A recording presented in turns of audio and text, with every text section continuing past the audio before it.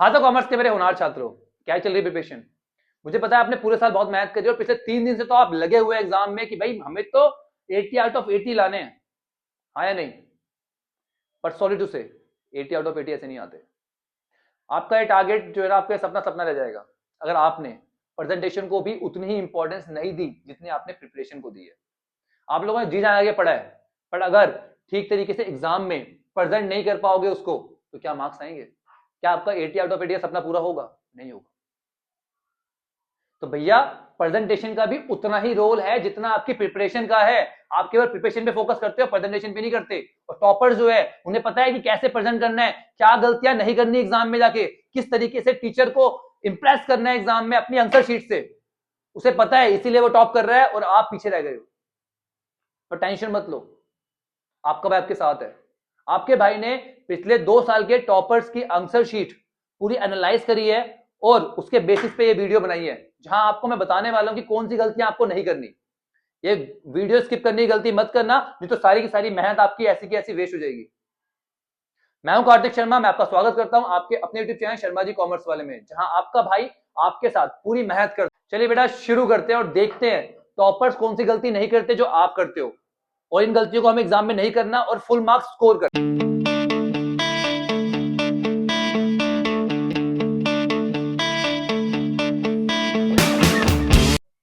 तो पहली गलती तो टॉपर नहीं करता पर आप करते हो, बहुत कॉमन सी है। जब टॉपर अपना आंसर लिख रहा होता है तो उससे भी गलती होती है, वो भी स्पेलिंग मिस्टेक करता है। पर वो क्या करता है, वो उस पर्टिकुलर मिस्टेक को एक लाइन डालेगा, काट देगा, टीचर को बता दिया कि सर ये गलत हो गया, आगे सही वर्ड लिख देगा। पर आप क्या करोगे, आप उस वर्ड को जब तक रगड़ते रहोगे, काला करते रहोगे, जब तक कि वो दिखना बंद ना हो जाए, जिसकी वजह से आपका पेपर जो है वो बहुत ही गंदा दिखेगा, आपकी आंसर शीट जो है बहुत बेकार दिखेगी, जो टीचर को इरिटेट करेगी। तो भैया ये गलती मत करना, अदरवाइज 80 आउट ऑफ 80 भूल जाओ। अगला, टॉपर जो है वो कोई भी क्वेश्चन कहीं पे भी नहीं करता, उसका एक पर्टिकुलर सीक्वेंस है। सिंपल सी बात है, आपने पहले क्वेश्चन नंबर 2 सेकंड कर दिया, उसके बाद 5th कर दिया, फिर 9 कर दिया, फिर 28 कर दिया। भाई जो टीचर है, इन्वेस्टिगेटर है, जो आपको कॉपी चेक कर रहा है, उसको बार बार आगे पीछे करना पड़ेगा और इसकी वजह से वो इरिटेट होगा, और इरिटेट होगा तो सिंपल सी बात है नंबर कम देगा। भाई टीचर को इरिटेट नहीं करना, इंप्रेस करना है। तो क्या करो, सेक्शन वाइज करो, क्योंकि टॉपर जो है वो सेक्शन वाइज करते हैं पेपर। आप आगे से शुरू करो, आप एंड से शुरू करो, आप सेक्शन बी करो, पहले कोई भी सेक्शन करो, बट सेक्शन वाइज करो। अगर बीच में कोई क्वेश्चन नहीं आता, कोई इशू नहीं, उसकी जगह छोड़ दो। समझ में आ रही है बात? पर अटेम्प्ट कैसे करो, सेक्शन वाइज। टॉपर्स ना बड़े तगड़ी माइंड गेम खेलते हैं, वो टीचर को वही चीजें पढ़ने देते हैं जो वो पढ़ाना चाहते हैं। क्या करते हैं वो अपना आंसर लिखते हैं, उसके बाद मेन मेन जो कीवर्ड्स होते हैं उसे अंडरलाइन कर देते हैं। और जब टीचर उस पर्टिकुलर सॉल्यूशन पे पहुंचते हैं, ठीक है, तो सिंपल सी बात है, एक पैराग्राफ में कुछ कीवर्ड्स अंडरलाइन है, सबसे पहला ध्यान वहीं जाएगा, तो टीचर का ध्यान भी वहीं जाता है, और टीचर को दिख जाता है कि यार इस बच्चे ने ना ये मेन पॉइंट्स लिख दिए हैं, तो टीचर जो है फुल मार्क्स देके आगे बढ़ जाते हैं। समझ में आ रही है बात? और टीचर का भी टाइम सेव होता है। तो टॉपर्स ये गेम खेलते हैं किसके साथ, टीचर्स के माइंड के साथ, और ये टीचर्स के लिए भी अच्छा है। समझ में आ रही है बात? पर आप क्या करते हो, पूरा पढ़ लिख देते हो। ठीक है, तो टीचर्स को पूरा पढ़ना पड़ता है कि भाई ढूंढो तो सही कि कहां पर इसने आंसर लिखा है। और जब टीचर इस तरह ढूंढते हैं, पूरा पूरा पढ़ते हैं, तो फिर गलती पकड़ में आती है और टीचर को भी टाइम ज्यादा लगता है, जिसकी वजह से वो इरिटेट होते हैं, तो वो मार्क्स कम देते हैं। अरे बस समझ में? चलिए, तो टॉपर्स है ना, वो सूखा सूखा आंसर नहीं देते, वो भाई मसाला डालते रहते हैं उसमें। वो बीच बीच में डायग्राम्स बना देते हैं, वो बीच बीच में फ्लो चार्ट का यूज करते हैं, वो बीच बीच में बढ़िया एग्जाम्पल देते हैं, इवन वो तो इमोजीज का भी एग्जाम यूज कर लेते हैं अपने एग्जाम में। समझ में आ रही है बात? तो सूखा सूखा आंसर नहीं देते। तो आपको क्या करना है, फ्लो चार्ट बनाने हैं, आपको टेबल्स बनानी है, आपको एग्जाम्पल्स बढ़िया बढ़िया देने हैं। समझ में आ रही है बात? तब फुल मार्क्स मिलेंगे। टीचर्स जो है, ठीक है, उनको ना जगह चाहिए होती है बेटा आपको मार्क्स देने के लिए। तो आप क्या करते हो, पहला क्वेश्चन आपने लिखा और दूसरा क्वेश्चन उसके बाद अगली लाइन से शुरू कर दिया, वो टीचर को नंबर कहां दें, जहां पे आपने लिखा उसके ऊपर, जिसकी उनको बाद में पता ना चले आपके मार्क्स कैलकुलेशन में रह जाए।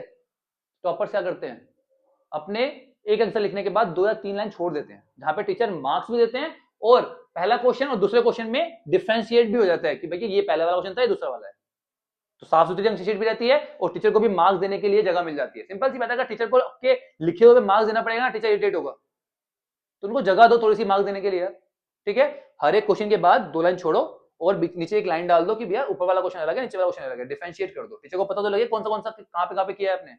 ठीक है, अगला, जो टॉपर्स है ना, वो डिफरेंस बिटवीन वाले जो क्वेश्चन होते हैं उन्हें हमेशा टेबल में करते हैं, और वो भी बेसिक देके, कि भाई आपको प्लान और पॉलिसी के बीच में क्या है, डिफरेंशिएट करना है। ठीक है, तो टॉपर क्या करेंगे, पहले लिखेंगे बेसिस, फिर लिखेंगे प्लान और फिर लिखेंगे पॉलिसी, फिर बेस में लेंगे मीनिंग, मीनिंग बताएंगे, स्कोप, स्कोप बताएंगे, एग्जांपल, एग्जांपल बताएंगे।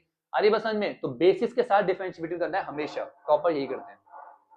वो पॉइंट्स में डिफरेंस वाले क्वेश्चन का आंसर नहीं देते। तो टॉपर्स है ना, वो फालतू ज्ञान देते टीचर को, क्योंकि भैया वो ऑलरेडी ज्ञान के देवता है, वो उन्हें सब कुछ पता है। तो जितना पूछा है टॉपर के बाद उसको उतना ही बताते हैं। वो टीचर को इरिटेट नहीं करते फालतू ज्ञान देके, उनको चैलेंज नहीं करते। समझ में आ रही है बात? तो टीचर को इरिटेट नहीं करना फालतू ज्ञान देके, जितना पूछा है, जो पूछा है उसको ही लिखना है, बात खत्म। क्वेश्चन के कंटेक्स्ट में लिखना है हमेशा। ठीक है, मान लो केस स्टडी में आपका 4 नंबर क्वेश्चन था, 1 नंबर आपके आइडेंटिफिकेशन का हो गया, 3 नंबर आपके एक्सप्लेन करने के हो गए। अब 3 नंबर आपके एक्सप्लेन करने के, आपको ज्यादा से ज्यादा 4 पॉइंट लिखने हैं, दैट्स इट, और कुछ नहीं। फालतू ज्यादा लिख के, ज्यादा ज्ञान देके टीचर को इरिटेट मत करना, टॉपर से गलती नहीं करते। ठीक है, अगला, टॉपर जो है वो हेडिंग लिखकर उसे एक्सप्लेन करते हैं। आपसे कोई क्वेश्चन पूछा हुआ है फंक्शंस ऑफ प्लानिंग, ठीक है, अब फंक्शन ऑफ प्लानिंग आपको पता है, आपने अरे मेन हेडिंग लिख दी केवल, नहीं, काम नहीं चलेगा। ठीक है, planning is the primary function, आपको पता है। ठीक है, अब आपने केवल हेडिंग ये लिख के छोड़ दिया, नंबर मिलेंगे क्या फुल? नहीं मिलेंगे। टॉपर्स को पता है कि भैया 6 नंबर का क्वेश्चन है तो मुझे एक्सप्लेन करना पड़ेगा, हर एक हेडिंग को टॉपर एक्सप्लेन करते हैं। पहले planning is a primary function लिखेंगे, उसके बाद उसको एक्सप्लेन करेंगे 3 से 4 लाइन में, फिर अगला पॉइंट लिखेंगे, तब जाके फुल मार्क्स मिलते हैं। कि भाई आपने 6 के 6 पॉइंट लिख दिए, फुल मार्क्स नहीं मिलेंगे, 3 मिलेंगे, 4 मिलेंगे, 6 के 6 नहीं मिलेंगे। समझ में आ रही है बात? टीचर चाहते हैं कि आप एक्सप्लेन करो उसे। ठीक है, जो टॉपर है वो सीधा आंसर लिखना शुरू नहीं करते, वो पहले आंसर को प्लान करते हैं कि उसमें लिखना क्या है, क्या लिखना है, कितना लिखना है, वो प्लान करते हैं। स्टार्टिंग के 10 से 15 सेकंड ना वो इसी प्लानिंग में निकालते हैं, जिससे उन्हें पता होता है कि ये चीज लिखनी है मुझे, वो पहले ही माइंड में बना लेते हैं अपने दिमाग में क्या ये चीज लिखनी है। आप क्या करते हो, आप लिखते लिखते भावनाओं में खो जाते हो, लिखना क्या था लिख कुछ छोड़ देते हो, और एक्स्ट्रा लिख देते हो, कंटेक्स्ट से दूर हो जाते हो, जिसकी वजह टीचर इरिटेट होता है, आपका क्वेश्चन भी लंबा होता है, टाइम भी वेस्ट होता है। समझ में आ रही है बात? तो पहले प्लान करना है, फिर लिखना शुरू करना है, ध्यान रखना। वो केस स्टडी को ठीक तरीके से अटेम्प्ट करते हैं। आपको पता है बिजनेस स्टडीज में केस स्टडी कितना बड़ा रोल है, हाँ या नहीं? मुझे पता है आप लोगों को आता होगा, बट अगर नहीं आता तो मैं वीडियो डालने वाला हूँ। ठीक है, कि केस स्टडी कैसे सॉल्व, 4-5 मिनट की वीडियो देख लेना। ठीक है, जिससे आपकी केस स्टडी में आपका डिफरेंस इतना आ जाएगा, अभी तक जो केस स्टडी सॉल्व नहीं हो रही थी ना, वो भी सॉल्व हो जाएगी। अरे बात समझो कि आपको केस स्टडी को सॉल्व करने का पर्टिकुलर पैटर्न पता होना चाहिए। ठीक है, तो मैं वीडियो में डाल दूंगा, इसमें डालूंगा तो वो वीडियो थोड़ी लंबी हो जाएगी, मैं नहीं चाहता ये। ठीक है, so that's it for video. Now I guaranteed कि आप अपने टारगेट को अचीव कर लोगे, आप एग्जाम में फोड़ के आओगे, क्योंकि आपने मेहनत कर ली है और आपको अब प्रेजेंटेशन का तरीका भी पता है। आपको पता है कि कौन सी गलतियां जो टॉपर्स नहीं करते, अब आप वो गलतियां नहीं करोगे। सिंपल सी बात है, नहीं करोगे ना। चलिए बेटा, ये वीडियो अच्छी लगी हो तो लाइक करना, अपने दोस्त है जरूर शेयर करना जो बहुत मेहनत करता है पर फिर भी उसके मार्क्स अच्छे नहीं आते। और चैनल को अभी सब्सक्राइब नहीं किया, सब्सक्राइब कर लो, क्योंकि यहाँ पर आपको इस तरह कंटेंट मिलता रहेगा। चलिए बेटा, मिलते हैं नेक्स्ट वीडियो में, तब तक के लिए take care, bye bye, study hard.